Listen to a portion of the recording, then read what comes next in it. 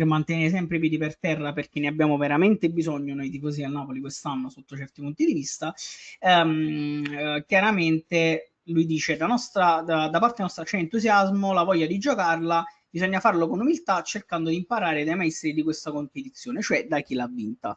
È interessante questo passaggio secondo me, per due motivi. Il primo è che lui dice stiamo calmi, il secondo dice però dobbiamo imparare da chi l'ha vinta. Mo, se vogliamo vederla dal punto di vista futuristico, è come se lui volesse dire giochiamola, divertiamoci, impariamo, perché poi magari proviamo a capire come si fa, come si potrebbe fare per.